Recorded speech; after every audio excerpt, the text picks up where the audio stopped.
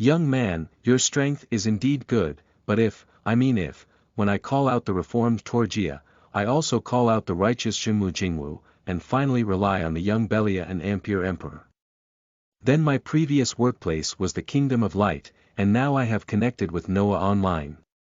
At the same time, I am also a close friend of the King of Oth. Cerro wants to call me uncle, so how should Your Excellency respond? Novel keywords. What? Ultraman is lifelong. No pop-ups, what? Ultraman is lifelong.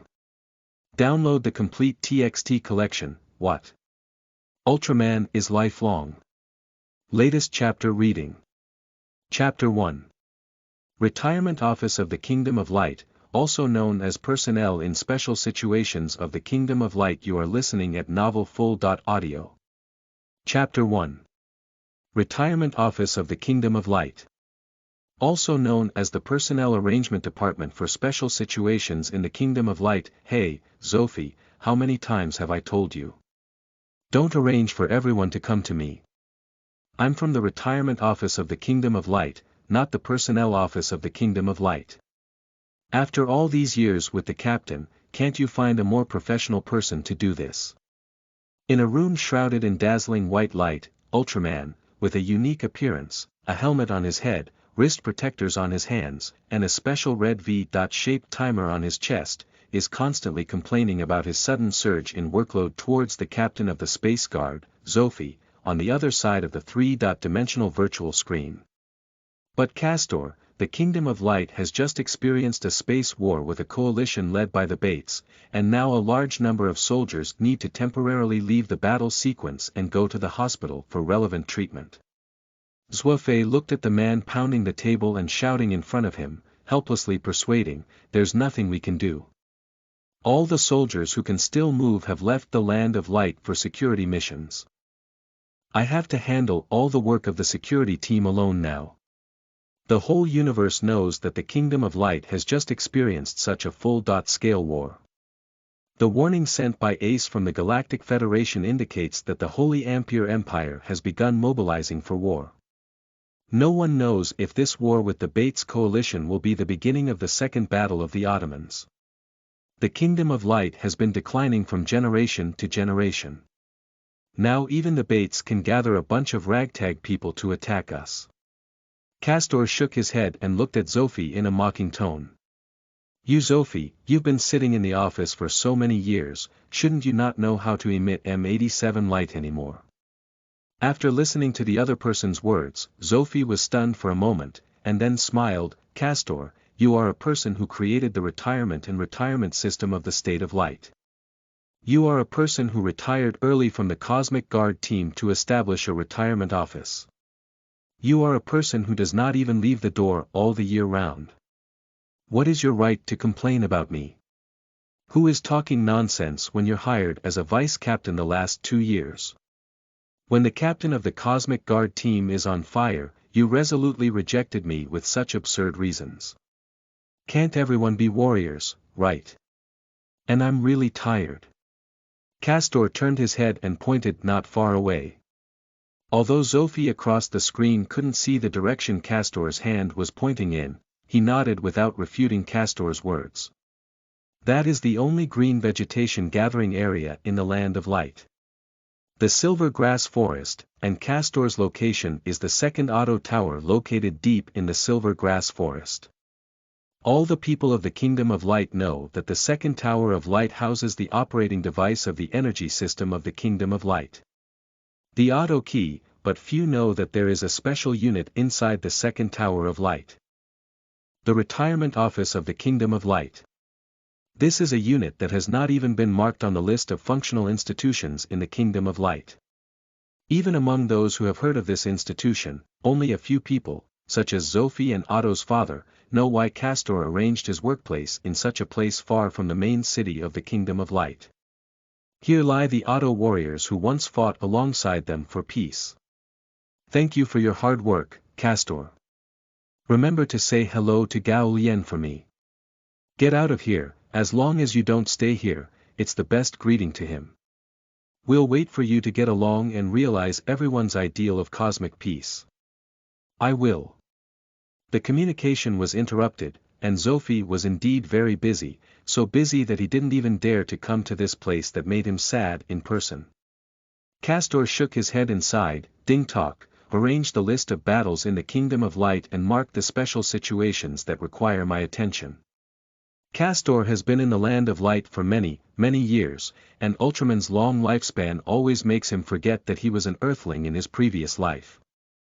Of course, his previous life experiences also had some impact on Castor, such as the office software he proposed, approved by Otto's father, and developed by colleagues from the Space Science and Technology Bureau, which he named Dingtok. Sir, we have retrieved a matter that requires special handling for you. The huge virtual screen is divided in two, with a tree view of the entire Kingdom of Light on the left and corresponding personnel requiring special arrangements on the right. Let me take a look at the traffic safety promotion application submitted by the first generation of professors at Otto University. Castor was stunned for a moment. Wait, why did the personnel arrangement of the first generation pass through me? His organizational relationship is either at Otto University or in the Space Guard. What is his relationship with me? Sir, according to the analysis in the remarks, it seems that both the University of Otto and the Space Guard do not have the authority to handle the matter related to the first generation, and they are evading each other. Coupled with the insufficient personnel in the Kingdom of Light, the captain has directly sent this application to you. Castor. If it weren't for him knowing that Otto's father was still an honorary professor at Otto University, he would have almost believed it. Okay, then let Julian arrange for the first man to go to the royal family to promote traffic safety-related matters. Castor was somewhat speechless, and he only discovered it after coming to this world, which is different from the perfect utopia on television. In reality, the Land of Light has various strange things that people cannot imagine. Of course, this does not mean that the people of the Kingdom of Light are eccentric.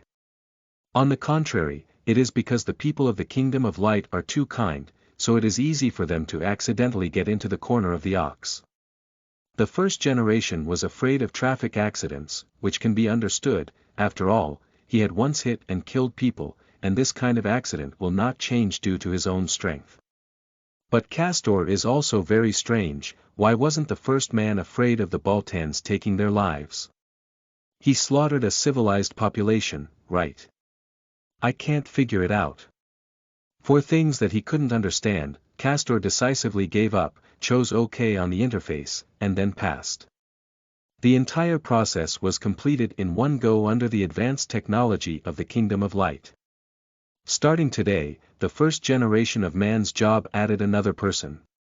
A traffic safety instructor. Let me see what else is there. Castor continued with his work. The Terra team member of the Space Guard wants to apply for a defense mission to Earth, while also helping Toregia from the Space Science and Technology Bureau collect combat data. Rejected. Comment. The purpose of protecting the Earth is impure. As an Ultraman, my understanding of peace is somewhat childish.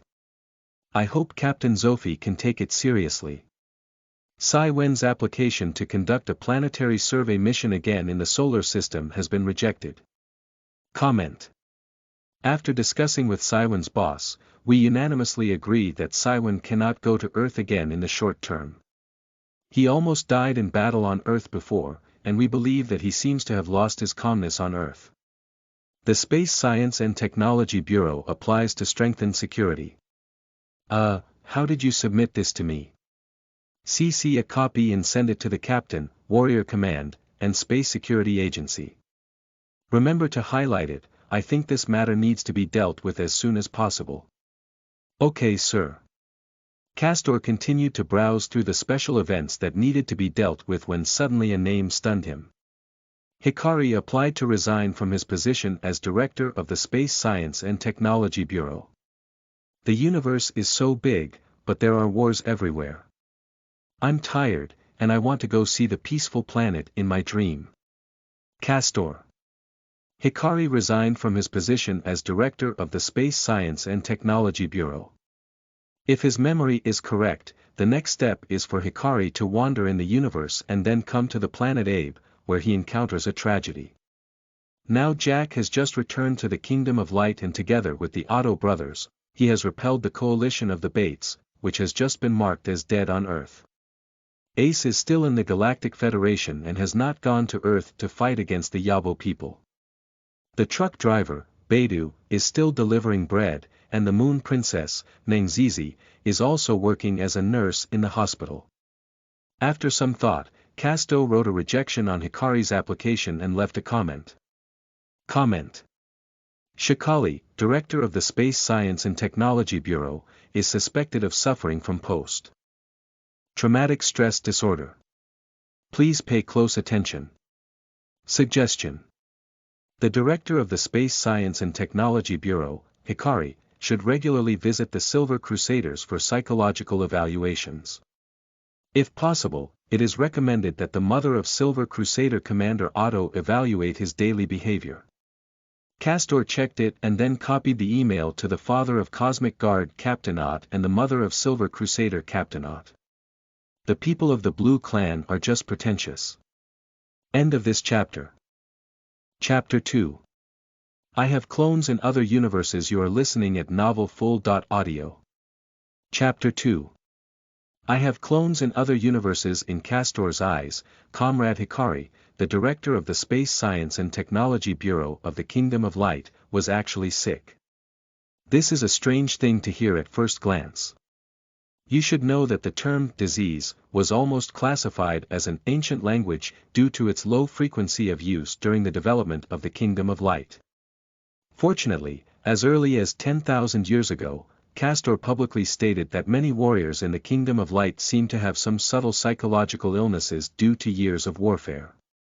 Originally, this matter was only proposed as a study, but shortly after this theory was proposed, as if for fables, the Kingdom of Light went through a series of events, including Belia's theft of the Plasma Spark Tower and Belia's invasion of the Monster Army. Other members of the Kingdom of Light who were originally skeptical of Castor's theory must admit that some of the warriors of the Kingdom of Light, after a long career in warfare, seem to have some special illnesses to some extent. The relevant medical team immediately took action, and the result was soon to be seen. Due to the continuous irradiation of the plasma tower in the Kingdom of Light, as well as the innate kindness of the people of the Kingdom of Light, coupled with the long lifespan of the people, the psychological trauma and trauma caused by war can easily be healed by other factors such as time, emotions, and social environment. This is also the reason why related psychological diseases and abnormal manifestations have not been discovered. But with the unremitting efforts of Mary, who was not yet known as the mother of Ott at that time, the medical team still sensed a slight abnormality in the daily behavior of many young soldiers who had just entered the battlefield and senior soldiers who had just left the battlefield. Some young soldiers, although their physiological functions are not damaged at all, even increase the activity of light particles in their bodies due to a large amount of fighting, but as the fighting increases, they begin to be unable to control the energy movement in their bodies well, and some other warriors, although their combat skills are becoming stronger and they have no problem controlling the light particles inside their bodies, their aggression in daily life begins to become stronger. For no reason. Psychological disorders have become one of the key research subjects of the Silver Crusader. Of course, although Castor was the proposer of this idea, he himself is not a psychologist, whether in his previous or present life. Regarding this knowledge, apart from the depression that was repeatedly mentioned in his past life, he can only think of PTSD, so there is no intersection between his research on psychology after the Kingdom of Light and him, except for this resignation application from Hikari. Recalling Hikari's experience, Castor believed that he must have suffered from post-traumatic stress disorder, commonly known as PTSD, in his memory. However, the cause of Hikari's illness this time is quite unique, so it was not noticed by anyone. In fact, although blue people are naturally more sensitive in personality, due to the nature of their work, diseases such as post-traumatic stress disorder are not common in them. Hikari's situation this time can only be said to be coincidental. Not long ago, the Kingdom of Light had just engaged in the largest war in recent years with the invading Bates, and everyone knows that the real trigger for this was actually Hikari, the director of the Space Science and Technology Bureau of the Kingdom of Light. To be precise, he invented the miraculous technology of life solidification. As the name suggests, the so-called life solidification technology is truly achieving the solidification of life and utilizing this solidified life to bring it back to life. In scientific terms, Hikari successfully achieved the ability to use a device to fix and concretize life energy, forming a specific substance. When a living organism dies, injecting this substance directly can revive the deceased organism. The first public use of this technology was when Zophi saved the first generation and Hayata who were killed by Jayden on Earth. Life solidification technology brought the Ott medal to Hikari, which is the highest honor of the Kingdom of Light, but at the same time, life solidification technology also brought pain to Hikari. As a technology that can bring people back to life, life solidification technology is not only hailed as a miracle in the land of light, but also a highly explosive technology in the entire universe. Shortly after the technology was announced, the Bates sent a diplomatic application to the Kingdom of Light, uniting multiple civilizations and demanding that the Kingdom of Light immediately disclose the relevant details of life solidification technology to the entire universe.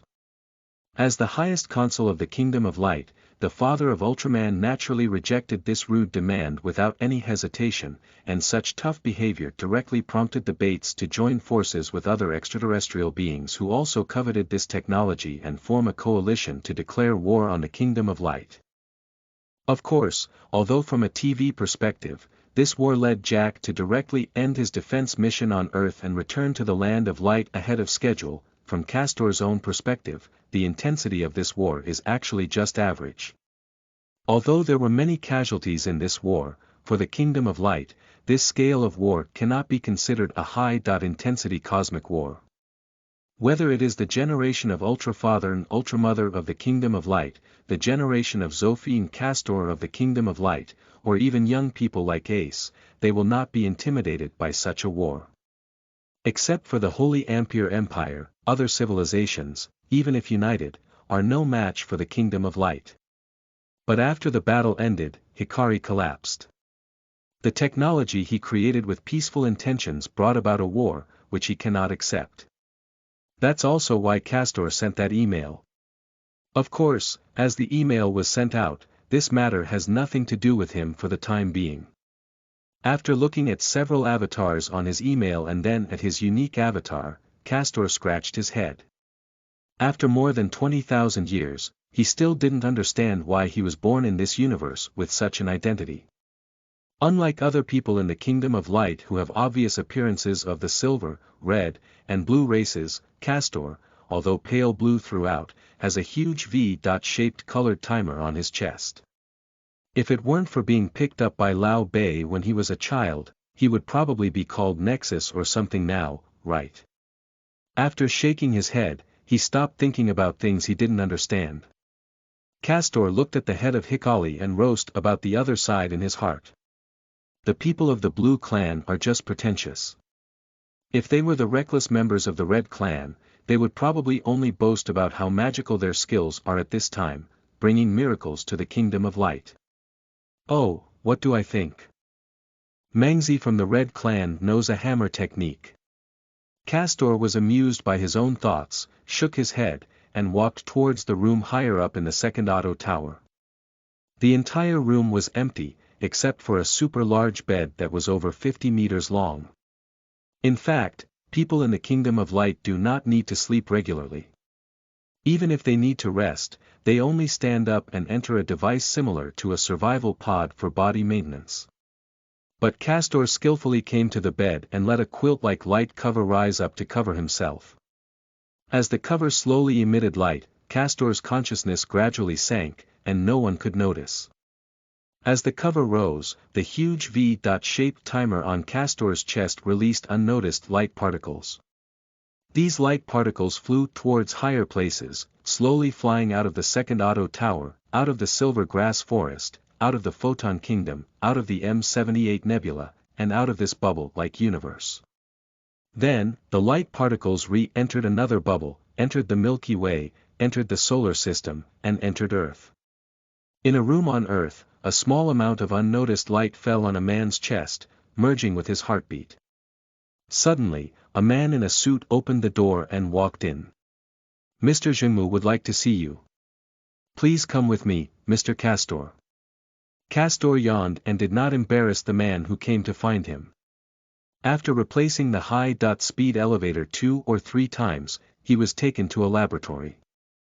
Zhengmu Jingwu is wearing a white coat, waiting for his arrival. Zhengmu Jingwu, imprisoning an important official of TPC without permission. I remember this should be a serious offense against the government in current law, right? Castor squinted his eyes. He was kidnapped, so naturally he was also the first to see the mastermind behind this kidnapping. Important official. Are you referring to the position of deputy head of the logistics department that you arranged for you through the back door with that old man from Zay's hometown? Damn it, you have the same talent as me to become a human savior, but you are willing to be the head of the logistics department. Bastard. You waste your talent. End of this chapter. Chapter 3. Silent Zhengmu Jingwu. You are listening at novelfull.audio. Chapter 3. Silent Zhengmu Jingwu. Zhengmu Jingwu's body is very strong. Even though Castor was still wearing a large white coat when he met him, Castor could clearly see the power that was filled with him, as if it could explode at any moment, just with the naked eye. But contrary to his physical strength, Masaki Kigo's spirit is now exceptionally exhausted. Zhengmu Jingwu's face was rosy, without dark circles or bloodshot eyes, but Castor could feel the man in front of him, as if carrying something huge that could crush him into powder at any moment.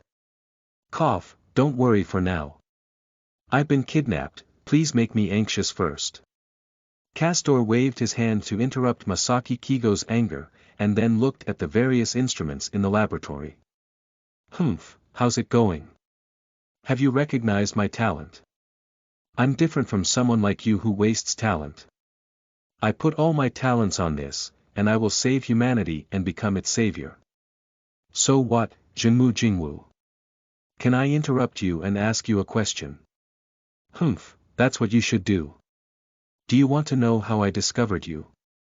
And how did I achieve the transformation of life and light particles? No, I just want to know, what are these instruments? 4. Zhengmu Jingwu's brain seemed to be a bit overwhelmed by this question. He paused for a moment, then asked in an uncertain tone, "Can't you understand what I'm researching?" Although we sometimes manage the procurement of scientific research equipment in our logistics, as you know, scientific research equipment is usually selected and recognized by experts. We are only responsible for price negotiation and subsequent maintenance communication. Zhengmu Jingwu looked at Castor for a long time before speaking again. Wait, I need to check the information and make sure you're the person I'm looking for. If you want to talk about a special individual with light particles in their body like you, then I am indeed the person you are looking for, but does this have anything to do with whether I recognize your instrument or not? Masaki Kigo ignored Castor and started flipping through the materials on his own. Action code. Halloween Witch. Eliminate the dimensional life form that appears every year on Halloween. The Dimensional Witch. Action code. Neanderthals. Discovering and expelling the special life form Cletus located in the ionosphere. The Lightning Man. Action code. The Truth of the Mountain God. Discovering giant organisms located under the Kara Islands and delineating protected areas in advance. Zhengmu Jingwu stared at Castor with wide eyes and said, "Aren't you doing all of this?" "Yes, I did all of this, and due to confidentiality reasons, there may be other things you haven't found." Castor nodded seriously, "But what does this have to do with your instrument?"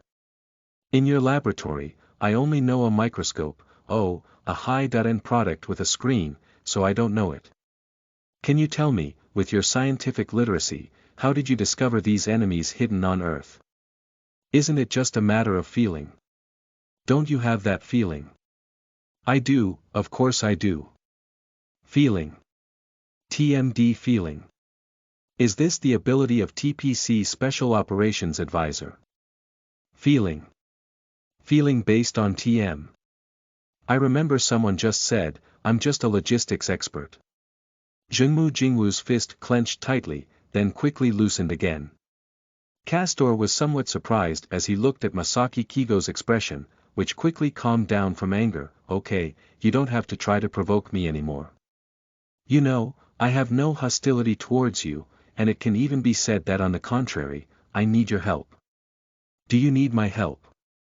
Castor admitted, the expression of Masaki Kigo in front of him was different from the hysterical neurosis he had imagined, punching and kicking like a nerve at Daegu. However, Castor felt that he still needed to make sure. Are you actively seeking my help because you feel that humanity is on the brink of danger? Zhengmu Jingwu's face, which had finally calmed down, flashed with a hint of panic. Although it was brief, he was still caught by Castor. He looked carefully at Masaki Kigo's expression and continued, you seem to have noticed the emergence of the crisis a long time ago, and for this reason, you have spent your life solving the crisis for humanity, which is indeed not easy.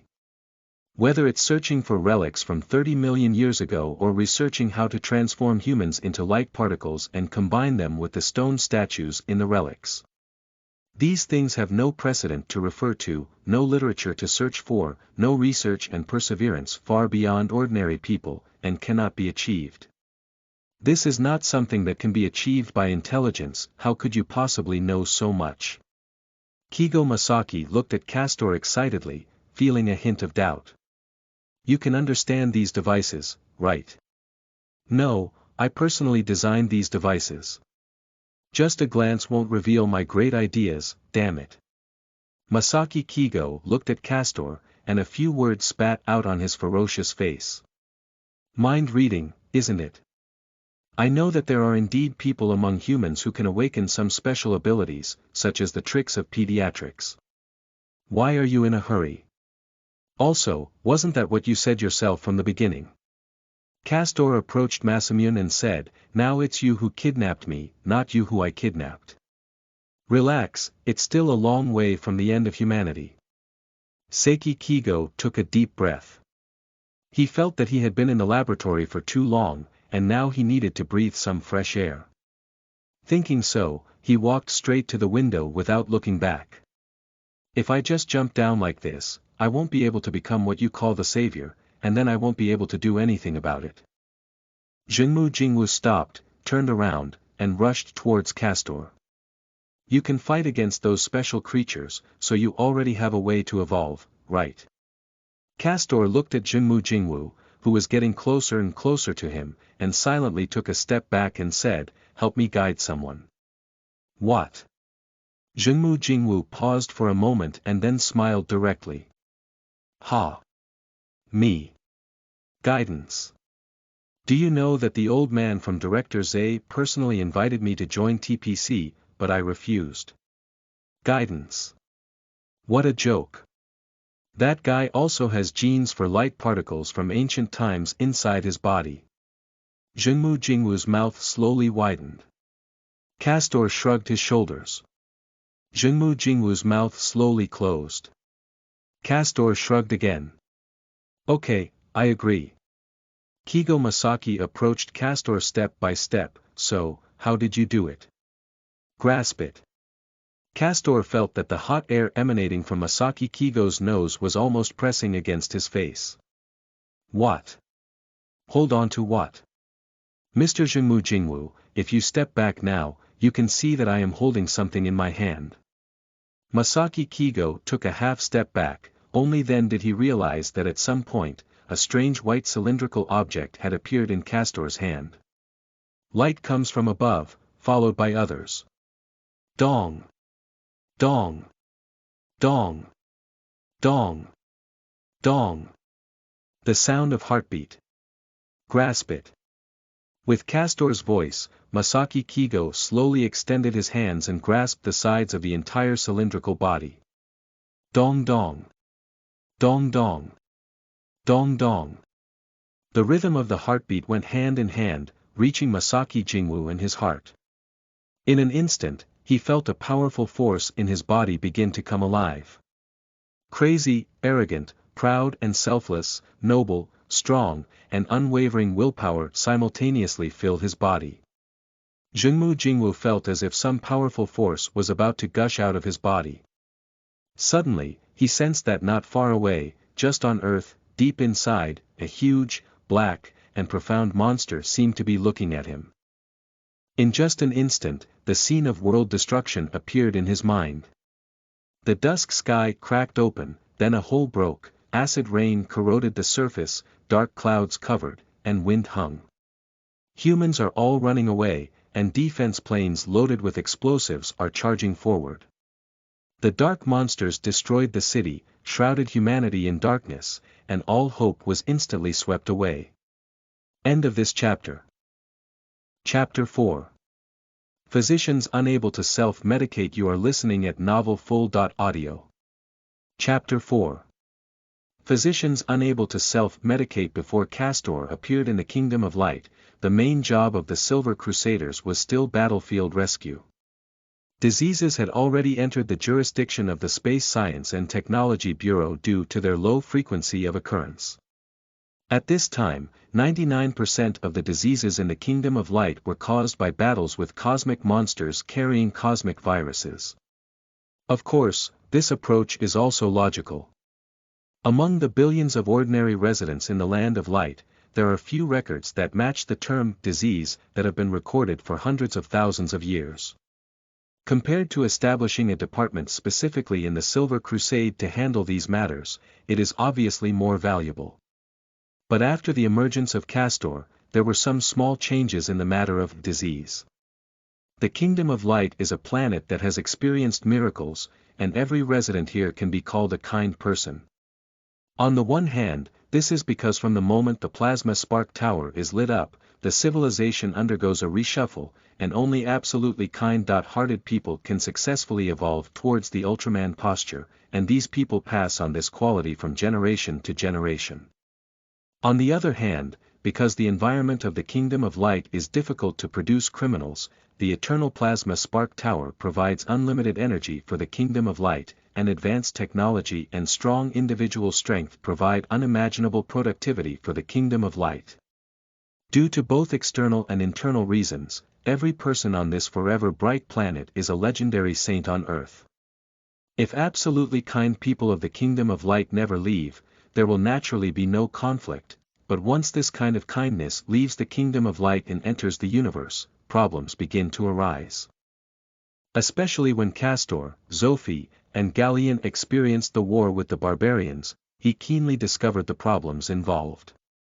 In TV dramas, absolute kindness is of course not a problem, and changes in thinking can be brushed off or lightly portrayed, but in Castor's current situation, it is a real world. The real world is always changing. The duty of the warriors of the Space Guard is to defeat monsters with destructive intentions and civilizations with aggressive intentions. But things are not always smooth sailing, even Ultraman is the same. The warriors of the Space Guard cannot be so successful or timely in every alarm.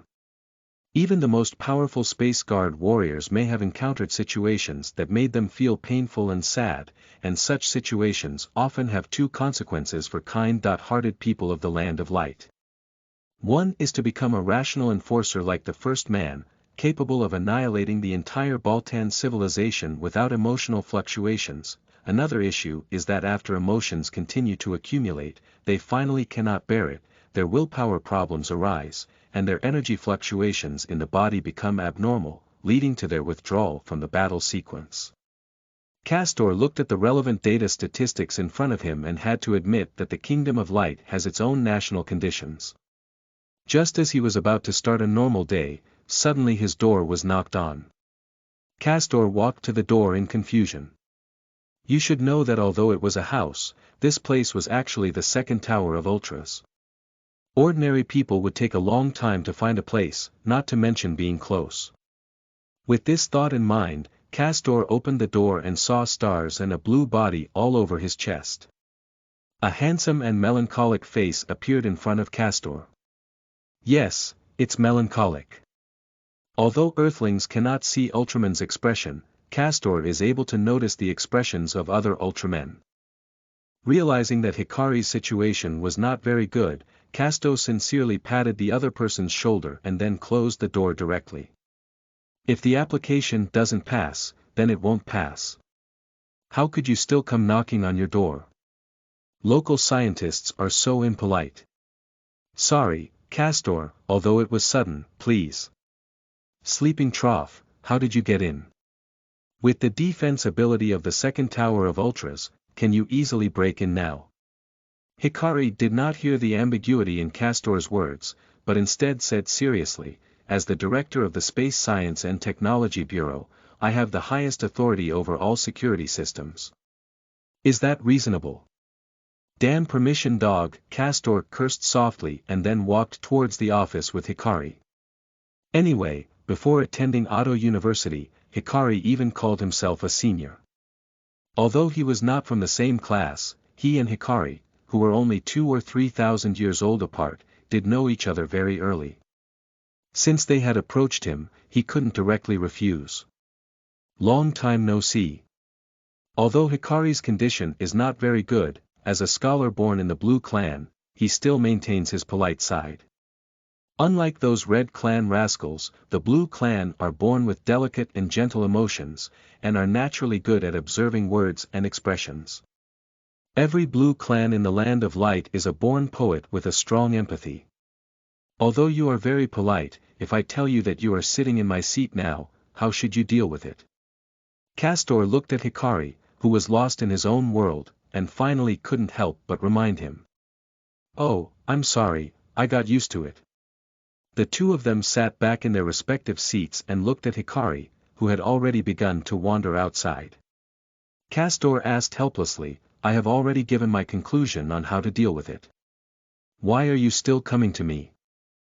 I have reviewed the solution you provided, and I don't think it's appropriate. Hikari shook his head. The Kingdom of Light has just completed a huge war, which has brought great casualties to the Kingdom of Light. Although there is life solidification technology, the Silver Crusade after the war is already very busy. I don't think I can bring more work to the mother of Otto at this time. Moreover, I am still the trigger of this war. If I were to take the initiative to find the mother of Oth, I would not want to. Castor understood Hikari's meaning, and if he could really go to see the mother of Oth so easily, then he wouldn't be so prone to nitpicking. The problem is, what about your illness? We have known each other for many years, and I know Castor. You were the first person in the Land of Light to propose psychological medicine, and you have noticed my illness. I believe you can definitely provide me with a solution. Hikari looked serious, but the problem was that Castor himself was really unclear about where the other party's trust came from. Wait, you should know, I'm not good at this. It's okay, so we're just chatting. Hikari comforted Castor, I just hope you can give me some inspiration. As he spoke, Hikari pulled out a small screen from nowhere and sat up straight. Castor scratched his head and said, Dot. Hikari nodded and said, I understand. Castor. What do you understand? Can you stop thinking nonsense all the time? Crazy thoughts. It makes sense. It turns out that I developed divergent thinking in my work, which makes me particularly prone to wild thoughts. Hikari nodded solemnly, then sat on the screen recording. Watching Hikari typing data rapidly on the screen, Castor was speechless and said, Hey, who the hell is the patient? Are you treating yourself? Is this reasonable? Oh. It makes sense that doctors cannot cure themselves. Although I can analyze myself using scientific methods, I will never be able to sit down and view myself absolutely objectively. Hikari's expression became even more serious. Shit, can you stop being crazy? I'm afraid of you like this. You won't go crazy and turn black, will you? Hikari paused for a moment, then his hand trembled as he recorded and muttered, My mental state may be even worse than I imagined. I may be approaching the only criminal in the Land of Light, Belia, when he blackened out. Damn it, Hikari, don't talk nonsense. How many times have I said that Old Bay has fused with the soul of the Librad people, and he is different from the traditional sense of blackening. Listening to Hikari's brainwork, Castor felt a pang in his skull. Even though my adoptive father has become the largest and only criminal in the land of light, he still upholds him. Hikari looked up at Castor with emotion. Is that why you are so strong? So you're reminding me, should I create more bonds with others? Castor. Forget it, whatever you want, your application for going out has been approved. Hikari. Yeah, it's time for us to reinforce the Otto prison again. Do you want me to accompany you to see how you get along with Belia? Tear open your wounds and show me, it's so touching, Castor. With the mental state of your blue clan, I think it's normal for anything to happen. Castor looked at Hikari speechlessly. Whatever, you were supposed to be there to go to Otto prison. Although I think you should go to the hospital for a while at this time. End of this chapter. Chapter 5. The Willpower to Never Give Up. You are listening at novelfull.audio. Chapter 5. The willpower to never give up. Castor is a traveler, and he has a system. Yes, all. However, whether it's Castor from the Kingdom of Light or TPC, their systems have all disappeared at this point in time. More precisely, their system, after completing their final task, integrated into their bodies and became a whole with them, and they were surprised to find that they could perceive a completely different parallel spacetime emplacement in other universes. Castor of the Kingdom of Light universe is an orphan, and Castor of the TPC universe is also an orphan. Castor of the Kingdom of Light universe followed the guidance of the system and, together with Gao Leian, Zofii, Zaji, Dashio, and others, completed the heroic act of blocking the conspiracy of the Babar people. Castor of the TPC universe followed the guidance of the system and became a supporter of Director Zay from an early stage, dealing with a large number of supernatural phenomena in advance before the emergence of TV. Almost at the same time, both sides completed their final tasks, and then, as the light of the system integrated into their bodies, they sensed each other's existence. Two bodies and one heart, without distinguishing between you and me. Or to put it another way, in the Kingdom of Light, he was Castor of the Kingdom of Light, and in the TPC, he was Castor of the TPC. At this moment, on TPC's side, Masaki Kigo was staring at Castor in front of him, feeling like he had been deceived. Is this the new member of your TPC Elite Global Unrestricted Task Team, Victory Team? Kigo Masaki clenched his fist. He can't even make effective defense against my attack. Don't forget, he's just like us. You know, he was just a truck driver 6 months ago, Castor replied seriously. Masaki Kigo accepted Castor's invitation and became a special advisor to TPC. This is a position with a high status, but no actual rights or obligations, but Masaki Kigo didn't care about these things in the first place. He was willing to join TPC simply because Castor had allowed him to experience a moment of evolution before, and even after that, he was shocked by the darkness lurking on Earth, subconsciously releasing what Castor called the evolutionary trustor device. For ordinary people, that moment of darkness requires them to spend the rest of their lives healing, but Masaki Kyogo is different. Castor thinks this guy is abnormal. After a brief panic, what regained control of his heart was his invincible arrogance and confidence. Only such enemies are worthy of my identity as the savior of Zhengmu Jingwu. Castor, you are very good. Although you are afraid of him, you did not surrender. Now, you have waited for the true savior to come. Castor. When Castor looked at Masaki Kigo and said these words, he was completely dumbfounded. For a moment, he couldn't distinguish whether Masaki Kigo was truly not lost or whether he had been contaminated by the dark ones in his brain. It should be noted that as the owner of an evolutionary trustor, he is naturally able to perceive the existence of the Dark Dominator. Even in a dormant state, if it weren't for the ruins being his temple, the darkness accumulated at the bottom of the sea for 30 million years would be enough to darken the sky. In Castor's judgment, even in today's land of light, only the father of Ultrat may have the opportunity to repel the Dark Dominator, possibly with the addition of the future 6 Brotherhood Super Tyro. Oh, if Zophie can hear the voice of the stars again, there's still a chance.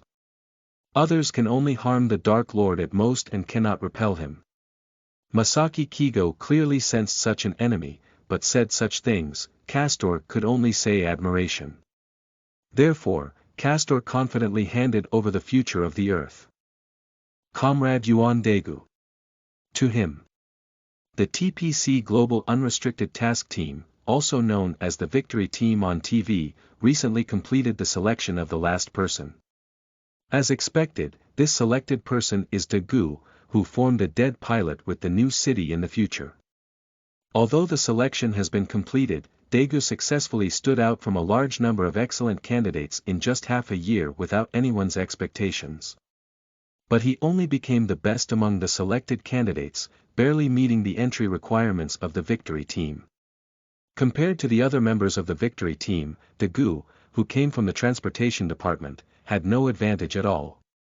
At this time, Masaki Kigo, who had just become a TPC consultant, coincidentally took on the task of guiding Daegu.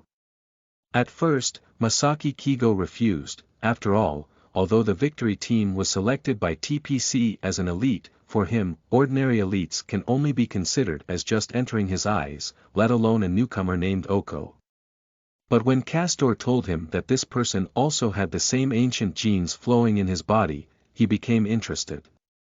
Thinking of Castor's unique resume, Masaki Kigo is also curious about Oko. Then, after a training session, Daegu moved into TPC's medical room. This Daegu player, who was still immersed in the joy of becoming a victorious team not long ago, is now lying on the hospital bed, feeling pain all over his body and confusion all over his face. Impossible, this kind of guy is just like us. I absolutely don't approve of such a thing. In Castor's office, Zhengmu Jingwu's training suit has not been taken off yet, but there is indeed no need to take it off because although Daegu has been hospitalized, he has not shed a single drop of sweat. Damn it, such a guy still retains the super ancient genes like us, I can't accept it. You know, I didn't even exert much force, and that guy was already lying on the ground motionless. Can you tell me this is someone with the savior gene? Kigo Masaki shouted at Castor, hoping to express his anger after being deceived. First of all, he does indeed have a super ancient gene. Castor handed over the information about the great antiquity in his hand, which clearly states our evaluation of him. Zhengmu Jingwu took over the materials and saw the performance of Daegu over the past 6 months written on it. Surprisingly, the selection work of the Victory Team was not full-time, and all the selection personnel could only use their spare time outside of work to train the relevant skills of the Victory Team. While completing his daily transportation work, Daegu has mastered the use of various scientific research equipment, as well as the driving of various planes, ships, and submarines. He has acquired the elite level of shooting skills in the military and has also mastered several foreign languages in the past 6 months.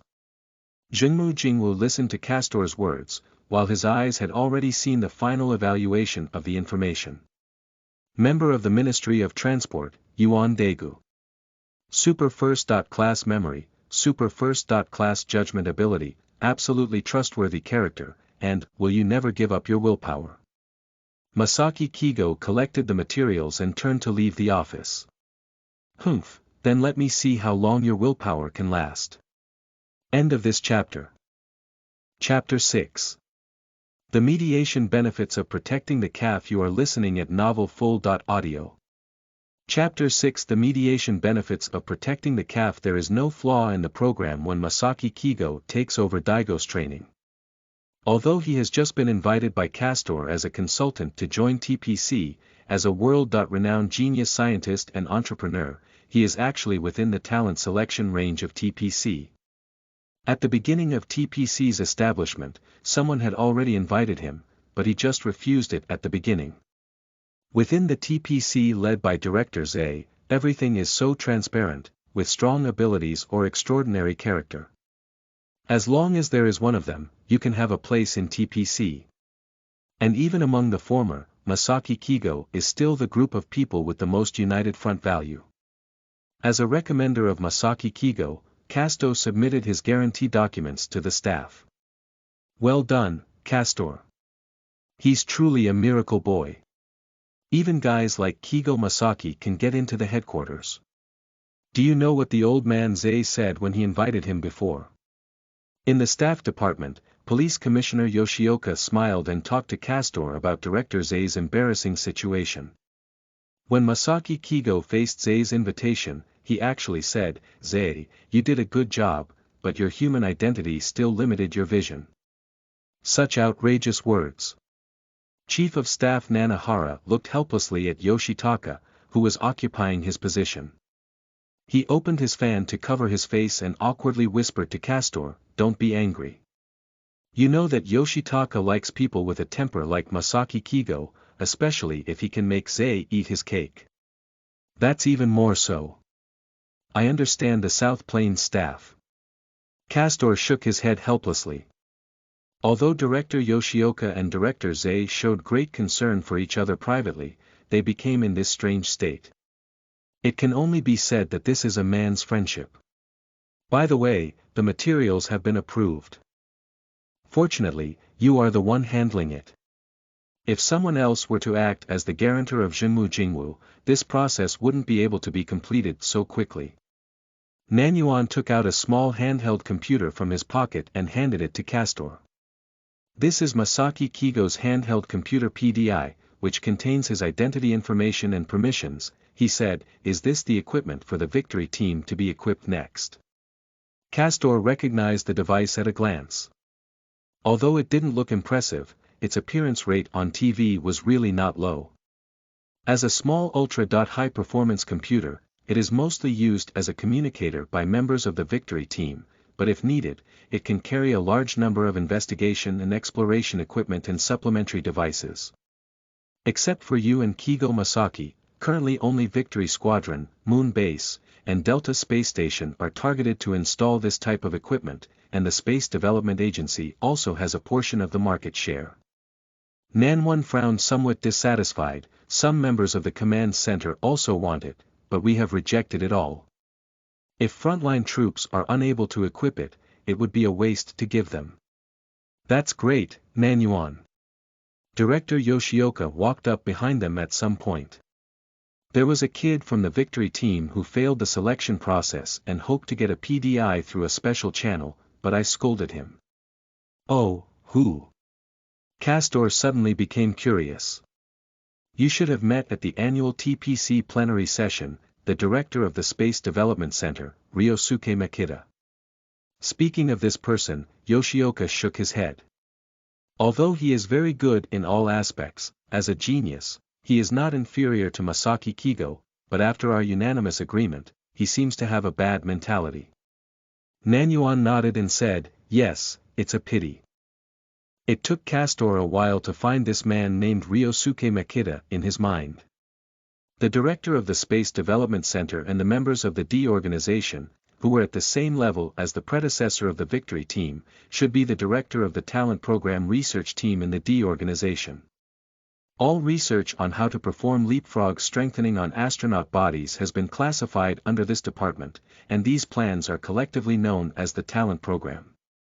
The most immediate effect of this program is the Eblon cell program, which extracts cosmic cells collected from meteorites to achieve physical strengthening. Eblon cells, what a terrifying thing. In the universe beyond the Kingdom of Light, this technology that allows individuals to rapidly proliferate is prohibited, at least on the surface, as no one wants the universe to be filled with a group of uncontrollable monsters. With this in mind, Castor walked briskly towards the Science Bureau, wanting to determine whether the Eblon plan had been terminated so far.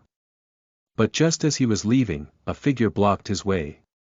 There are actually not many people in TPC who know him, and there are not many people who directly stop him, but the woman in front of him happens to be one of them. Castor crossed his waist and looked helplessly at the woman in front of him. "Captain Intermediary Hui, do you have anything to do with me? What's going on?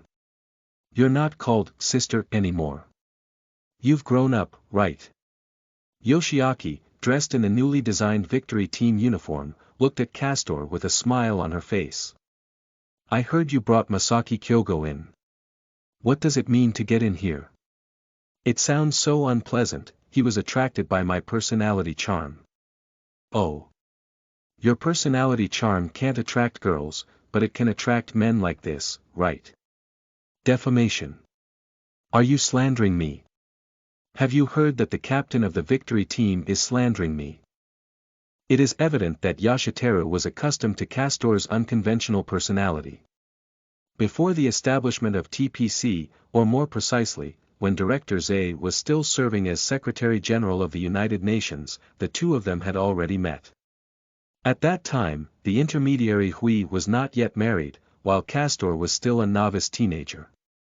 As someone who has watched TV, it is natural for Castor to see intermediary Hui as a reliable older sister, and then he feels like he has been deceived. For this young brother, intermediary Hui can be said to be strict to an exaggerated extent. If you want to ask me about Daegu's training, then I can only say that it was indeed Daegu who made a profit. Before intermediary Hui could ask, Castor raised his hand to surrender and began explaining, you know, guys like Masaki Kyogo have a lot of skepticism and nobody looks up to them. It's really difficult for ordinary people to get close to him, but Daegu, a sunny boy, can just melt that guy's heart. So are you letting my team members get beaten up? Ju Jianhui smiled again, but this time her hand had slowly been placed on Castor's shoulder. If that's the case, do I think you should also participate in training together? After all, since the establishment of TPC 2 years ago, you seem to have stopped going to the front line. I think you're probably unfamiliar. New to you. Me. Who wouldn't know that I'm TPC's Super Ace? Super Ace as Deputy Minister of Logistics. Ji Zhonghue looked at Castor with some anger. You've been resting for over 3 years now, so it's time for some activity. It's unnecessary. Now that TPC is established and everything is peaceful, I think it's pretty good, isn't it? Castor silently took a step back, feeling a bit scared of the intermediary benefits in front of him. Oh. Are you the final say? Chui smiled slightly, then took out a transfer order from his pocket. From now on, Special Advisor Castor will participate in the guidance of the victory team of the Global Unrestricted Task Force. Ju Jianhui threw the transfer order directly to Castor and walked away without looking back, seemingly not afraid that Castor would refuse the transfer. On the surface, in TPC, she is not actually considered a high-level team, and the victory team can only be considered a special team. But as everyone else at TPC knows, the victory team was directly under the command of Chief of Staff, Nanwon, at TPC's Far East headquarters, while Nanwon was directly under the command of Director Zay. In other words, although the victory team is just a special forces team, it is a direct subordinate team directly managed by senior management. It hasn't changed yet, it's really protecting the calf, Sister Jiahui. Castor sighed. He should have thought that he had bullied Daegu of the victory team. With the character of Jiahui protecting the calf, he would definitely be retaliated. He just didn't expect revenge to come so quickly. End of this chapter. Chapter 7. Otto Prison. You are listening at novelfull.audio. Chapter 7. Otto Prison. Feeling his encounter in another universe, Castor felt his scalp tingling. If it were a mediator, even if Zophie went over, he would probably be slapped twice before he could leave. He really has no way to refute the accusations made by intermediary Hui that he is acting poorly, not only in TPC, but also in the Kingdom of Light. On the one hand, after the system ended, he no longer had the same work pressure as before. On the other hand, as someone familiar with the plot, he really doesn't have much more to do. However, this does not mean that he really has no job left. Just like in that universe he would care about the affairs of the Eblon cells, while in the Kingdom of Light, he has always been concerned about the Otto prison where Belia is being held. As is well known, the so-called Otto prison was not even built by the Kingdom of Light itself, but was defeated by the Otto king after Belia led an army of monsters to invade, and then easily squeezed out. As the only criminal in the history of the Kingdom of Light, Belia naturally qualifies to enjoy this prison built by the King of Otto, but the problem is that the people of the Kingdom of Light are just too brainless. After Belia was imprisoned, Castor was surprised to find that no one in the vast Kingdom of Light had proposed to reinforce the prison. What they had done the most was to send 2 soldiers to watch the gate of the prison. When Castor questioned this question, the answer he received was that it was a prison built by the king, and no one could escape. No one, including Otto's father, took Castor's words to heart. At that time, although Castor was young, only 5,000 years old like Zophie, he had a system and had already become a qualified warrior early on. Then, he did a heinous thing. He knocked out 2 gatekeepers and rushed into Oth prison. If Oth's father hadn't arrived in time, he would have taken Belia lying in prison early.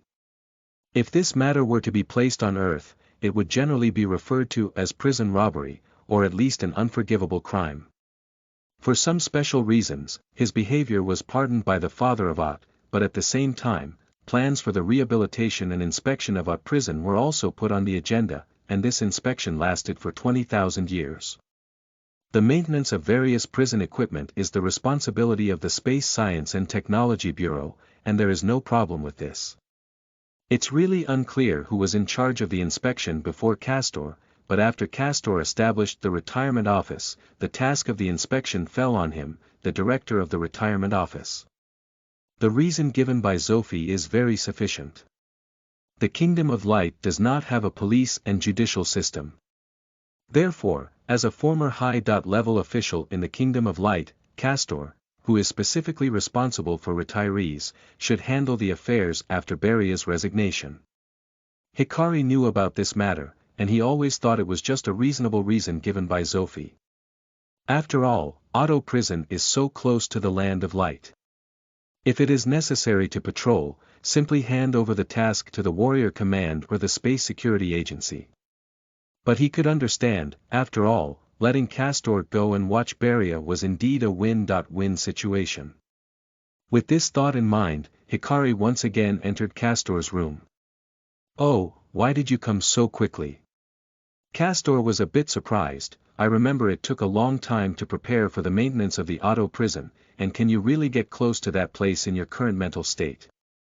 Hikari fell silent for a moment, then waved his hand and the stereo screen appeared in front of the 2 people.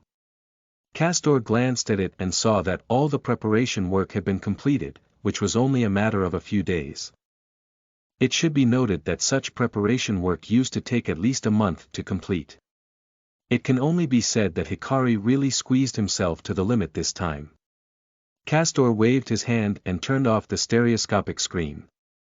He felt Hikari's determination, and a confused person suddenly saw a life-saving straw. Perhaps Hikari was in this mindset now. "I plan to enter the central area directly with you this time. Hikari, I remain skeptical about your decision." "Don't worry, Castor. I won't eavesdrop on the father-son conversation between you and Belia. I just want to see if I can face him directly."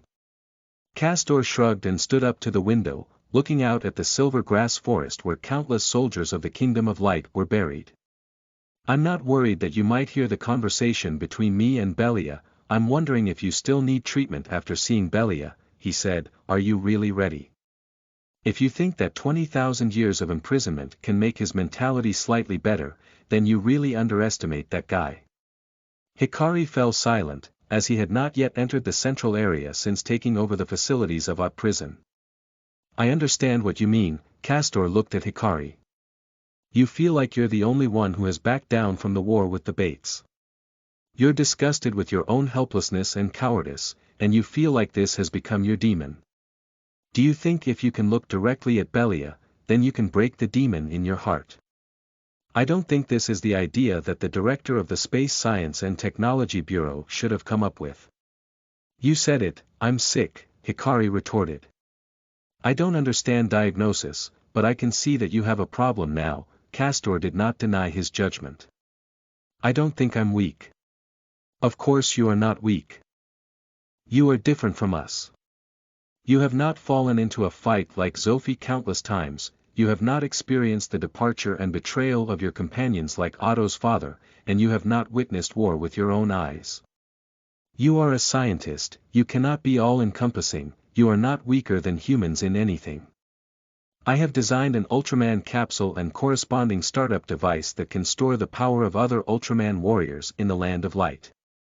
When used with an sublimator, it can fully unleash the power and skills of the corresponding Ultraman warriors, strengthen users, and I have also designed a training plan for myself. Oh, a scientist who can go to the battlefield, and what about that? Castor patted Hikari's shoulder.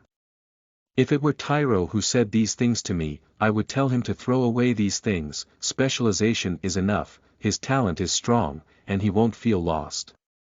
But you're different, Hikari. Even if one day you gain combat power that's not weaker than me or Zophie, it's naturally possible. I know you actually have the potential of a warrior in your body, not just me, but many people know it. But do you know why no one has ever accused you? Because you don't understand, these things are not the most important as Ultra Warriors, far from it. If I really had that kind of strength, I wouldn't have been lost, I believe that, said Hikari seriously. Castor scratched his head, feeling a bit unsure of what to say. Hikari's emotions are very unstable, and he has already started to delve into the details. Otherwise, with his rationality, he should soon be able to figure out what is truly important for an Ultraman warrior. Combat effectiveness, of course, is very important. As a warrior, combat effectiveness is the key to ensuring that they can successfully complete tasks. But what really troubles Ultra Warriors is never combat effectiveness, but rather something even more inconspicuous beyond fighting monsters. In the future, Hikari will become the #1 swordsman in the universe, and his attack and defense abilities will be directly enhanced to the level of the Otto brothers or even higher. But what is the result? The result was that in order to defeat the higher order predator Bagaru, he even spared no expense in burying the entire Earth, including Mengius. You should know that for any person from the Land of Light, the appearance of humans naturally increases their liking, let alone the billions of humans on a planet. However, even so, it has not awakened any sympathy from Hikari. Castor shook his head and said, I don't accept your application to enter the central area of Otto prison. You go, I said I agree to your application to go out. You know I didn't leave the Kingdom of Light just to leave. What are you doing for? I hope to find a way to stop being weak. Hikari looked outside at the silver grass forest. I used to think that if I left the Land of Light in the shelter of other Ultras, I would grow. But now I don't think that's the best way. You have the ability to help me. No, I can't. I can't make you stronger, both mentally and physically. Hikari fell silent, not understanding why Castor in front of him was unwilling to help him. He believed he could do it, whether it was to become stronger or anything else. I will apply for a replacement with Ott's father when I go to Ott prison this time. You should go to Ott's mother for treatment, Castor ordered Hikari to leave. Watching Hikari's resolute back as he left, Castor knew he wouldn't go looking for the mother of Ott. People who are unwilling to cause trouble are the easiest to cause trouble. End of this chapter. Chapter 8. Enemies everywhere. You are listening at novelfull.audio. Chapter 8. Enemies everywhere. Otto's father's application to replace the maintenance personnel at Otto prison, submitted by Castor, was almost instantly approved. As the elder of all the younger generations in the Kingdom of Light, he naturally knows what has happened to Hikari now. This is a change that occurs in every young warrior who just enters the universe and heads to the battlefield, but this time it's just Hikari. Based on Otto's father's notification, Castor contacted the Space Science and Technology Bureau to arrange for members to accompany him this time. Everything went much smoother than he had imagined, and the only interlude was that Toregia almost became the person who followed him to Otto prison this time. If it were someone else, let Toregia watch over your director. No, let him follow Tyro, no, damn it. Hikari's already troublesome enough. Let Toregia rest first, right? Castor looked at the blue scientist in front of him in a somewhat helpless tone. Besides director Hikari, Toregia is the most talented. He is the successor of the director we have scheduled. The blue scientist on the opposite side didn't know what anger Castor was getting, thinking that the other side felt that Toregia Asia Pacific was too young and didn't trust his abilities. Forget it, this is just a routine inspection. Just send someone around to test it. With your level of technology, you can do it, right? Of course you can. Castor knew that Hikari would know that he had modified the personnel going to Oth prison this time, and he also knew what he should do to Hikari, but these two things were not on par, at least not as Hikari thought. He could successfully break the demon at a glance at Belia. In a sense, Hikari is actually a person who strives for a goal, even after being blacked out. Life solidification technology, even at the level of the Space Science and Technology Bureau of the Kingdom of Light, is an impossible project, but due to Hikari's desire for peace, he successfully created miracles. Similarly, for the average Otto warrior, the future Bogarju, who can evolve multiple times, is also an unbeatable enemy. However, due to Hikari's hatred towards the enemy, he has successfully created miracles. Castor suddenly felt a little emotional. Everyone said that there was only one criminal in the Kingdom of Light, and that was Belia. But if we look at the laws of other civilizations, who destroyed the first generation of the Baltan civilization, helped humanity eliminate Non-Malt Severn, and the future Hikari, who sacrificed his own Earth and Mobius to defeat Bagaru, wouldn't these people really be seen as criminals? Castor returned to the second Otto Tower and watched the silver grass forest remain silent for an unknown amount of time. The real world was much more complex than he had imagined. A few days later, Castor began patrolling before heading to Otto prison. The Otto prison is actually not far from the Land of Light. For those who have evolved supervision in the Land of Light, they can even directly see the Otto prison in the distance from the Land of Light. But no one has ever really gone to see that place. The vast majority of the people of the Land of Light have a fetish for spiritual cleanliness. Their bodies, filled with pure radiance, make them resist all dark affairs from the bottom of their hearts. Even if they look at them, they will feel disgusted. Castor is not so empty about patrolling, but he knows better than anyone how dangerous it would be for Belia to be released and leave. No one knows how many people in the entire universe know about Belia, but as the only criminal of the Kingdom of Light, no matter how small Belia's reputation is, there will always be someone who knows about it. As the Kingdom of Light recently regains its reputation in the universe, there will definitely be people who remember Belia's name. When personnel enter and exit, it is the easiest time for the Otto prison to be invaded. Castor dare not entrust this work to others, and can only start inspecting the Otto prison and its patrol blind spots alone. Recently, the periphery of the Kingdom of Light has not been peaceful. Ultraman's body size is dozens of times that of humans, and the size of the Kingdom of Light even exceeds this multiple. The vast Kingdom of Light has a mass beyond the imagination of Earthlings, accompanied by countless planets attracted by universal gravitation. In addition, the large amount of war debris brought about by the previous war with the Bates has now surrounded the periphery of the entire Kingdom of Light with various types of ruins. There are various civilizations and technologies in the universe, and even members of the Space Guard of the Kingdom of Light cannot guarantee that there are no enemies on the periphery of the entire Kingdom of Light at this moment.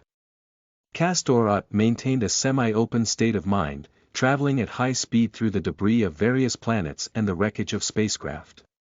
He gradually approached Oth prison, ensuring that there were no hidden enemies around it. To be honest, Castor was used to this kind of work, or in his opinion, it was already considered very good. Compared to entering unfamiliar areas for reconnaissance, his current job is not even cleaning the battlefield. Suddenly, he stopped and Otto's mind buzzed as he seemed to sense the presence of an enemy not far away who harbored hostility towards him. No, it's not just the enemy. Castor leaped back with some anger, his figure drawing a huge arc in the air. He came to the back of an asteroid that was further away from Oth prison, but closer to the Land of Light. Hikari was standing here at this moment, his gaze focused on the place that Oth's psychic senses had sensed before Castor. Hikari relied on the equipment of the Space Science and Technology Bureau to see all the actions of Castor just now. Castor's every move between the planets was simple, but also decisive, completely different from the person he saw in the Land of Light who had already begun to retire. This was the warrior he remembered who was once on par with Zophi. The Space Defense Force should have issued a ban that individuals outside of the combat sequence are not allowed to enter deep space alone, even the director of the Space Science and Technology Bureau, until these ruins are cleared. Castor's tone was completely firm and cold. The equipment of the Space Science and Technology Bureau allows me to see all the scenes, including the now out-of-command Golden Valley Bridge hidden behind that planet. Castor noticed the bracelet on Hikari's hand, which flickered with Zophi's breath.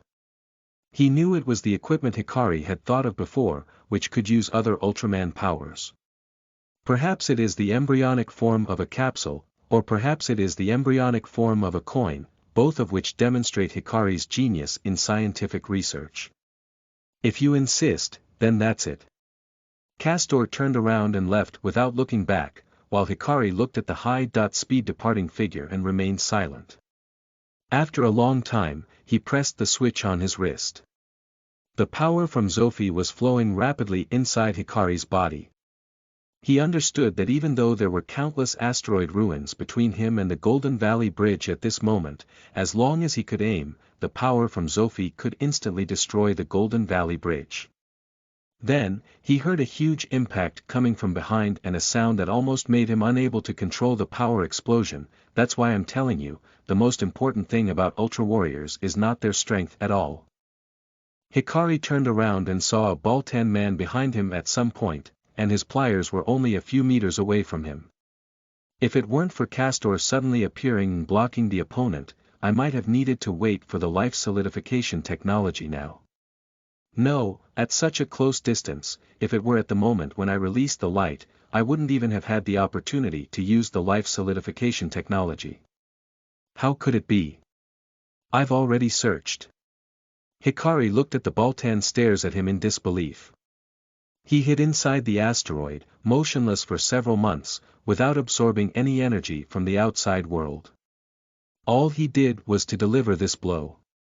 Listening to Castor's words, Hikari finally realized that the Ball-10 staring at him was actually dead. If it weren't for the Ball-10's innate strong vitality and special superpower constitution, he wouldn't have been able to deliver this final blow, and after this failed blow, he also lost his final vitality. Just for this blow. Hikari looked at Castor incredulously. Has he been hiding since before the war started? Yes, Castor casually shattered the body of the Ball-10. Our Kingdom of Light eliminated the entire invading Ball-10 civilization to protect the Earth. And such enemies are everywhere in the universe. End of this chapter. Chapter 9. Establishment of Victory Team. You are listening at novelfull.audio. Chapter 9. Establishment of Victory Team. Castor had always known that Sister Jiahui wanted to get himself into the Victory Team, but he always believed that even if he was in such a hurry, he wouldn't just transfer himself before the plot even started. But the development of things was always unsatisfactory. Before Castor could witness the scene of Masaki Kigo brutally beating Oko, one morning, he was blocked by a serious and humorous man in his dormitory located at TPC Far East headquarters. What's that? I'm Zhong Fangcheng, the deputy captain of the Victory Team. Everyone usually calls me Commander. The person who came seemed to feel Castor's emotions getting a little excited, and Castor shrugged. Let's go to the restaurant and talk. I haven't had breakfast yet in the morning. Zhong Fang was stunned for a moment and quickly nodded. He did not show any extreme behavior because of the age of the man in front of him. The two men sat down in the corner of the TPC restaurant. Castor picked up a glass of soybean milk and asked curiously, why didn't Sister Jujia come to me herself? Is she sure that I will go to your Victory Team to help? Zhong Fang looked at Castor with some confusion, his gaze scanning back and forth between his golden hair and the Chinese breakfast in his hand. Although Castor's name was very loud in the middle of these TPCs, because Castor's magical experiences happened before the establishment of TPCs, and after that, he was very low-key, so in fact, not many people had actually seen him. Castor finally put down his soybean milk, looking at the Zhongfang's reluctance to speak. Don't you know that Zhu Jianhui has told you that I was picked up by old man Zheng from somewhere in Europe? When I almost started to rebel, I already knew Zhu Jianhui. Speaking of it, you and her former husband are a little like each other. Really? No, what I mean is, I'm here to invite you to join the Victory Team. As you know, the Victory Team is an organization specifically designed for supernatural phenomena, and no one has much experience with such things. Is it so early? You just reorganized from the G organization to the Victory Team, shouldn't the focus now be on adapting to your work first? Why is it so urgent? When it comes to work, Zhongfang suddenly became serious. Before joining the Victory Team, we didn't know that there were really those strange life forms on Earth, at least not so many details. Although the framework of the Victory Team was built considering relevant aspects, when we really gathered together, we realized that we lacked experience. 7 days paid vacation per week. Cough, cough, cough. Zhongfang choked on Castor's words for a long time, unable to catch his breath. He took a few deep breaths and then looked at Castor. Don't even say it's me, even if it's the captain, it's not right. Even the Nanyuan staff doesn't have the qualifications to approve it. Oh, let's talk about it first. By the way, let's see how Masaki Kigo is guiding Daegu on this matter. I have no room to intervene throughout the whole process. Castor asked for 2 plastic bags from the staff, put them in 2 buns, and then turned away, just like the Victory Team that others were flocking to, which had no attraction to him at all. Zhongfang scratched his head and waited for Castor to leave before taking out his handheld computer PDI. Captain, you guessed right. This guy is really difficult to deal with, he didn't give me any face, he said. Castor didn't even know what happened afterwards. He returned to his room alone, took out the evolutionary believer from his arms, and held it in his hand. His whole body began to emit bursts of light. As the plot approached, he now had to use his ultrapower to check every day whether there were any special supernatural creatures on Earth that were active. Of course, every time he checked, he would sense the deepest darkness located in the deep sea. In the command room of the Victory Team, which has not yet been fully operational, Yoshimasa and Munetaka looked at the information on the screen, which showed the supernatural phenomena that have erupted around the world in recent years.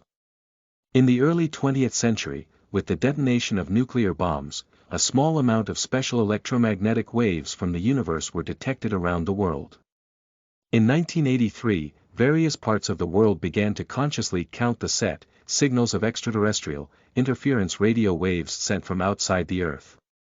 In 1985, an unidentified flying object crashed in Asia, and unidentified life forms inside its spacecraft were captured after the incident and kept refrigerated at an Air Force base in a certain country in Asia. In 1986, the United Nations organized countries around the world to officially establish a special force in Brazil for interpreting interference radio waves using SET. In 1987, with significant statistical significance, abnormal weather and disasters began to occur more frequently around the world. In 1991, an unidentified flying object attacked an Air Force base in an Asian country that was used to freeze and preserve astronauts. After being repelled, the target disappeared, and it is preliminarily inferred that the target is still likely hidden somewhere on Earth.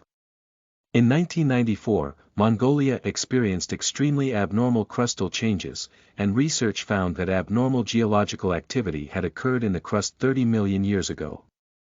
At the same time, paleontologists have discovered a special biological fossil named New Dinosaur underground, and it is preliminarily inferred that this organism was born due to external factors interfering with its evolutionary path. In 1996, a huge ground painting was discovered in South America. In 2001, SET interpreted. A member of the attacking unit, Castor, discovered a special dimension of life that appeared every year on Halloween, causing a large number of children to disappear, and successfully prevented their activities. The alien life form was henceforth named the Halloween Witch. In the same year, a member of the Set Interpretation Force's attack team, Castor, discovered a smart life form, the Lightning Man, that had survived on Earth earlier than humans. In 2002, Set interpreted that the captain of the attacking unit, Castor, detected abnormal fluctuations near Kurara Island. Following the guidance of ancient legends, two monsters located deep underground were discovered.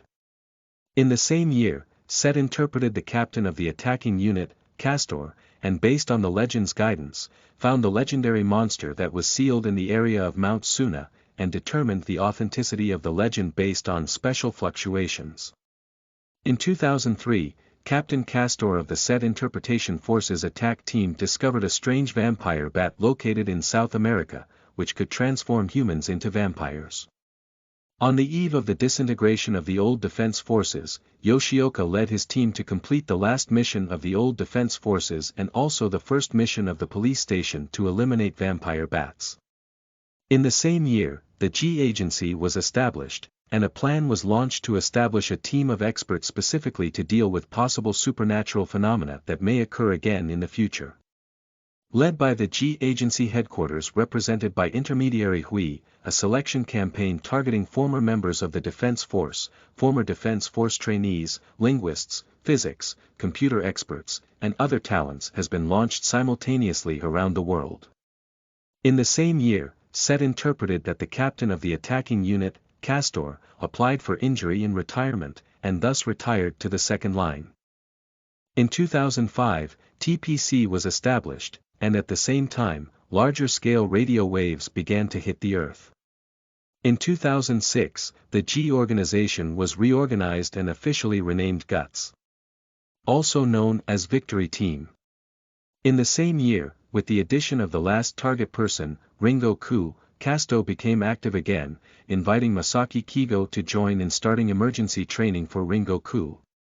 The data quickly scrolled in front of Zhongfang and Zhu Jianhui, and then with a flash on the USB flash drive, the data was automatically destroyed. Do you see anything? Deputy Captain Zhongfang. 2 points. Zhongfang carefully analyzed this information. Firstly, the Earth is indeed on the verge of being targeted by something other than humans, as Director Zay stated when establishing the TPC. No, it may be even more dangerous as humans may have already met them. What else? Castor seems to have some special, magical ability to predict certain things, Zhongfang frowned and said with some uncertainty. In our investigation, there were indeed some people in human history who had some special abilities, and now it's just that, intermediary Hui looked at the already black screen, and her mind still looks like Castor's youth. Captain, do you want him to take the initiative to work? Why don't you take the initiative to find him? Zhongfang asked curiously, based on my observation, if you were to take the initiative, that kid would definitely join us. Do you know that? Yoshiaki shook her head and didn't directly answer Zhongfang's words. Instead, she began to reminisce about the past. When I first met that kid, it must have been high school. At that time, all I saw in his eyes was indifference. Cold-hearted. Well, it's like everything in the world is fake and not important to him. So Captain, how did you make him do this? Zhongfang originally wanted to say, scared, but he held back. Oh, every time that kid shows that cynical expression, I beat him up. The more times he shows it, the better his relationship with me becomes. With a smile on her lips, intermediary Hui gradually becomes serious again. Zhongfang, you have all been strictly selected, and both your character and ability are trustworthy. I hope you can develop a bond with him. Although I have selfish intentions, this is indeed an important thing for us. Captain, there's no need to do this. I'll take the initiative, said Zhongfang, feeling a bit at a loss as he listened to Zhu Jianhui's self-criticism. He didn't know how to answer. Please. Zhu Jianhui bowed deeply to Zhongfang. Okay, since that's what you're saying about intermediary benefits, then it's up to me. End of this chapter. 10, Chapter 10. The Eblon Plan. You are listening at novelfull.audio. Chapter 10. The Eblon Plan. Castor lay on TPC's bed, his mind filled with confusion. If his memory is accurate, starting from Zhong Fang's search for him, he now has an average of 2 victorious team members per day. It should be noted that De Gu is still lying in the hospital bed and cannot get up, and Jie Hui has never come to find him. Horai, Xincheng, Yerue, and Zhongfang, these 4 people have been bothering him for almost half a month in different arrangements, and this also includes occasionally coming to find his Lena when they have time. He could feel that among the people of this victorious team, perhaps only Zhongfang, who was the vice-captain, knew something and had intentions towards him, while the others really came to find him out of curiosity and respect. Even if the sect had intentions towards him, Castor could not perceive any malice. On the contrary, for some reason, he always felt that the way the sect looked at him was like an elder looking at a younger generation. Castor suddenly bounced up from the bed and said, "This guy isn't planning to go after Sister Jie Hui through me, is he?" A cold knowledge, although Zhong Fang looks quite old, in reality, he is 2 or 3 years younger than Zhu Jianhui. Every time Castor thinks of this, a sentence always comes to mind. A true warrior who dares to face the bleak life. However, although roast belongs to roast, Castor does feel that the winning team members have all kinds of characteristics. It goes without saying much about Zhongfang. Although he has his own selfish intentions, as a command expert selected by intermediary Hui Qin from the old defense army, he naturally asks the most about matters related to tactics. What is the enemy's appearance, physical strength, attack method, and logical thinking? What should be able to adapt to this type of combat system, weapons and equipment, personnel allocation, and logistics supply? Even after fighting against supernatural beings, the sect has repeatedly inquired about whether there will be any spiritual impact. If it weren't for Castor's determination that the sect was a talented commander, he wouldn't have bothered to deal with these messy questions. However, he did have some answers inspired by the sect. Perhaps in this world, the understanding of monsters is still in a pure fantasy stage, but in his mind, whether in his previous life or in the Kingdom of Light, there are some tactics that can be used.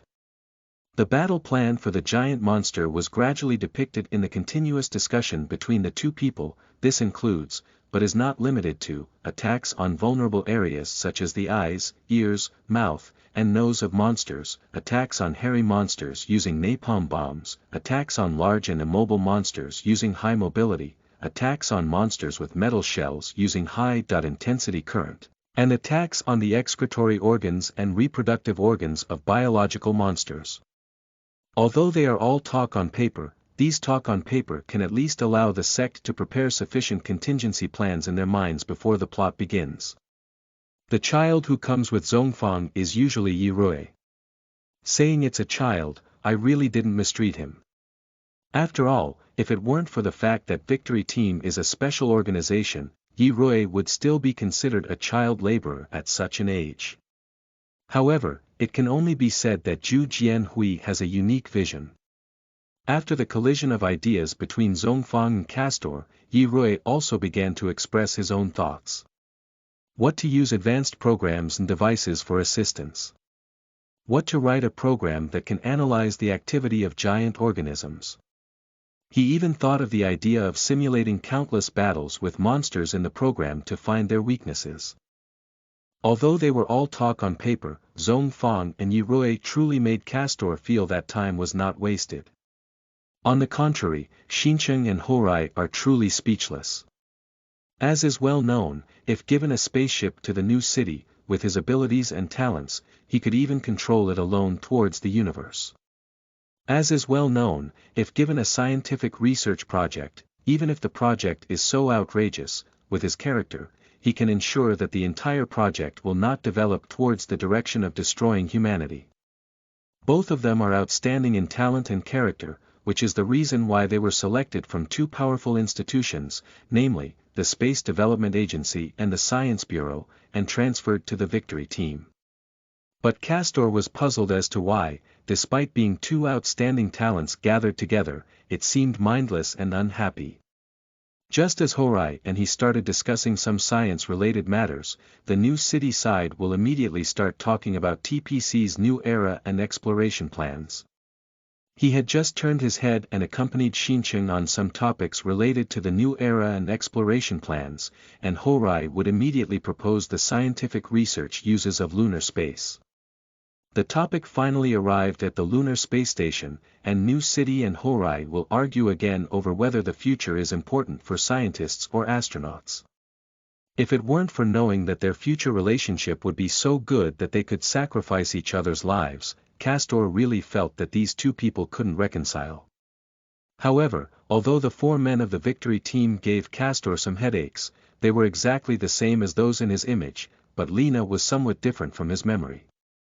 Cold, quite indifferent, as if Lena didn't want to say anything more to him except for asking about work matters. Castor felt that this was not a change he brought, but rather a special situation he was not aware of on TV. Of course, accidents always occur unintentionally. As Casto waited for the victorious team members to come to his door as usual, he suddenly realized that the people who came today were somewhat different. Castor looked at the person with some confusion and said, "The person in charge of the talent program at the Space Development Agency, Ryosuke Makita." "It's really surprising that the legendary miraculous boy knows my name," said Yosuke Makita with a surprised yet very satisfied smile on his face. Of course I know you.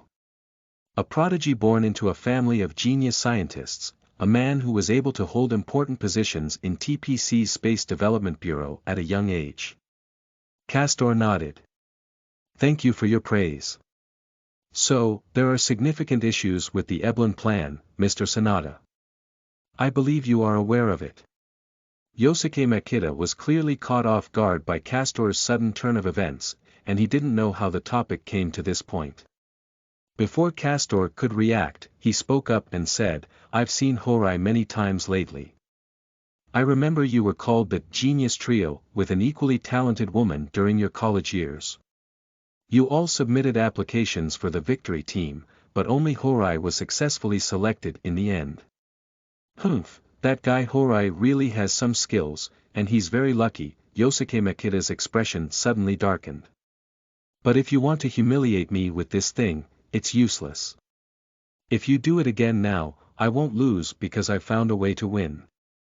Actually, you should know that I have a lot of experience in dealing with supernatural events, right? I can't figure it out. Why did you take the initiative to come in front of me?" Why am I afraid? What I mean is that I have something to be afraid of. If you think I'm caring about you, then you're wrong. I just think that guy Horai, seeing his friend in trouble, will definitely be very painful. His passion for science is no less than anyone else, isn't he? That guy Horai is my friend, of course, but it has nothing to do with you," said Ryosuke Makita, looking at Castor with anger but sorrow. "Do you know that when you talk about the person Horai, your eyes are already congested?" Ryosuke Makita was stunned. He suddenly realized that he had never expressed his intentions since entering the door.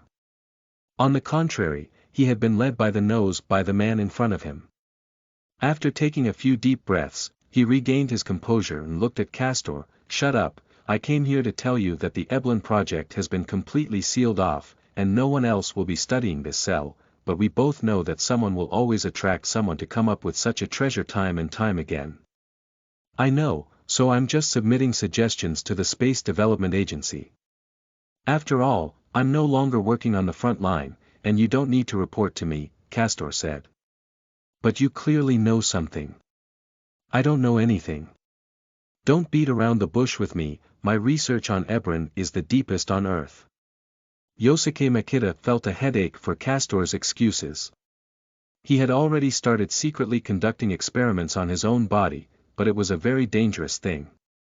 As a scientific researcher, he knew the risks of this experiment better than anyone else. "It seems that my warning was too late, but you should be more aware of it than I am," Castor sneered at the man in front of him. Ryosuke Makita was a bit angry. He claimed to be a genius, but this verbal confrontation was not something he was good at. Eblon cells are not the first uncontrollable force encountered by humans. Like Zelda gas or any other research, as long as they are attractive enough, even genius people will selectively forget the side effects of this force. Damn it, I'm different from those idiots. Yosuke Makita looked at Castor's sarcastic expression, finally unable to maintain his elegant appearance, and began to get impatient. I know there's danger, but there's always someone to be a little mouse. It's not me, it's someone else. Oh. Are you trying to say how great you are? The head of the Space Development Bureau is taking a risk. Ryosuke Makita fell silent. He knew it wasn't like that. He had the ability to stop such things, but in the end, he couldn't resist the temptation. This is for you, he said. A USB drive was thrown into Castor's hands. What is this? If one day I have an accident in the future, eliminate me ahead of time. I have said that my research on Eblon cells is the first, and if that's really the case, I don't want that guy Horai wearing Victory Team clothes to arrest me. Ryosuke Makita left without looking back. Until he turned around and left, he didn't know if his arrival today was correct. End of this chapter.